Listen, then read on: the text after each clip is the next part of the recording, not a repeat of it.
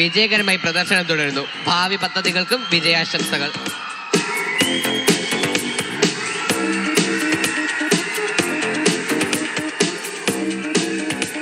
Hello, സുഖമല്ലേ എല്ലാവർക്കും? അത് മതി.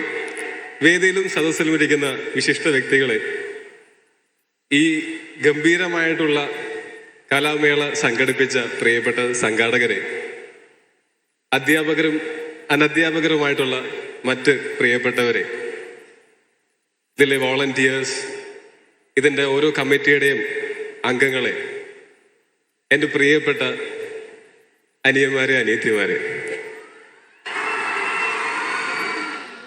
പൊതുവെ അങ്ങനെ ഭയങ്കരമായി സ്പീച്ച് പ്രിപ്പയർ ചെയ്ത് വരുന്ന സ്വഭാവം എനിക്കില്ല. എനിക്ക് ആ സമയത്ത് നമ്മുടെ ഔചിത്യബോധം ഉപയോഗിച്ച് എന്തെങ്കിലും സംസാരിക്കുക എന്നുള്ളതാണ് ഞാൻ ചെയ്യാറുള്ളത്.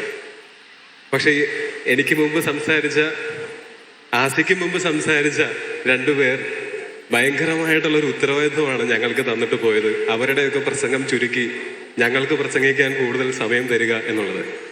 അതോടുകൂടി ഞാൻ ഓർത്തു വെച്ചിരുന്ന ഒരു 3-4 പോയിന്റ്സ് മറന്നുപോയി, ടെൻഷൻ അടിച്ചിട്ട്. എന്നാലും ഒരു 3-4 വെച്ച് അഡ്ജസ്റ്റ് ചെയ്യാം എന്ന് വിചാരിച്ച ആ 3-4 ഒരു 3 ആസിഫ് പറഞ്ഞു കഴിഞ്ഞു. അതോടുകൂടി കാലിയായിട്ടാണ് ഇവിടെ നിൽക്കുന്നത്. പക്ഷെ ഇന്നിവിടെ നിൽക്കുന്ന സമയത്ത് വളരെ സന്തോഷം തോന്നുന്നു, അഭിമാനം തോന്നുന്നു. സ്കൂളിൽ പഠിക്കുന്ന സമയത്തൊക്കെ ഞങ്ങളുടെ ജില്ലയ്ക്ക് 1ാം സ്ഥാനം കിട്ടിക്കഴിഞ്ഞാൽ ഒരു ദിവസം അവധി കിട്ടും എന്നുള്ളത് മാത്രമായിരുന്നു എനിക്ക് ഈ സംസ്ഥാന സ്കൂൾ കലാമേളയുമായിട്ടുള്ള ബന്ധം. എന്നിട്ട് വിധിയുടെ വൈപരീത്യം എന്നൊക്കെ പറയുന്നത് പോലെ ഞാനിപ്പോൾ പ്രവർത്തിച്ചുകൊണ്ടിരിക്കുന്ന മേഖല കലാരംഗമാണ്. ഇനി ഞാൻ നാട്ടിൽ ചെന്ന് എല്ലാവരോടും പറയും, അല്ലെങ്കിൽ പുതുതായി പരിചയപ്പെടുന്ന ആൾക്കാരോട് പറയും, ഞാൻ സംസ്ഥാന സ്കൂൾ കലോത്സവത്തിലൊക്കെ പങ്കെടുത്തിട്ടുള്ള ആളാണെന്ന്. നന്ദി, എനിക്ക് അങ്ങനെ ഒരു അവസരം ഒരുക്കി തന്നതിന്. Thank you.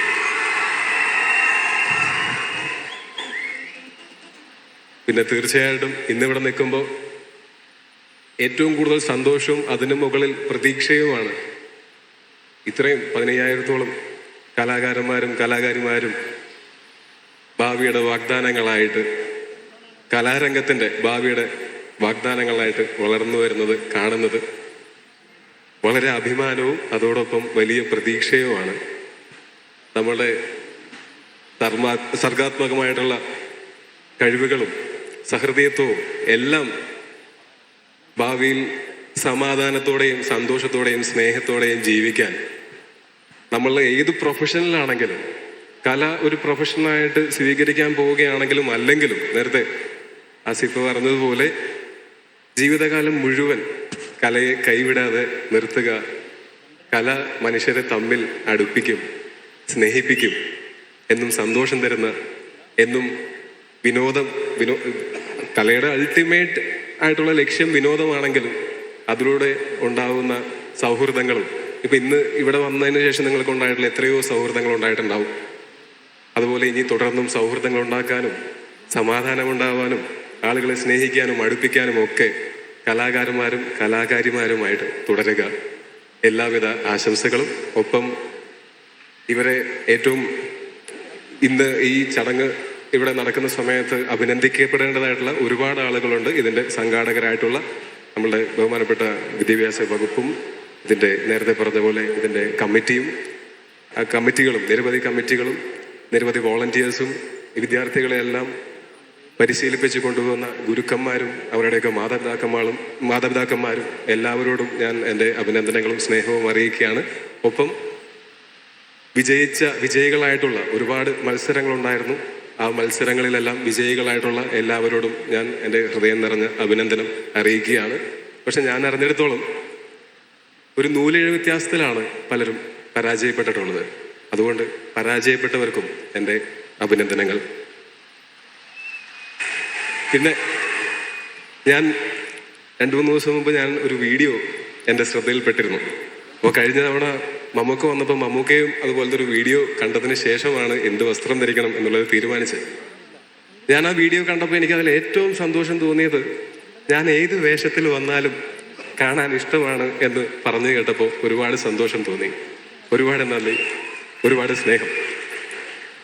പക്ഷെ ആ കൂട്ടത്തിൽ കുറെ ആൾക്കാർ പറഞ്ഞു, കറുത്ത ഷർട്ടും വെളുത്ത മുണ്ടും എടുത്ത് വന്നാൽ നല്ല രസമായിരിക്കുമെന്ന്.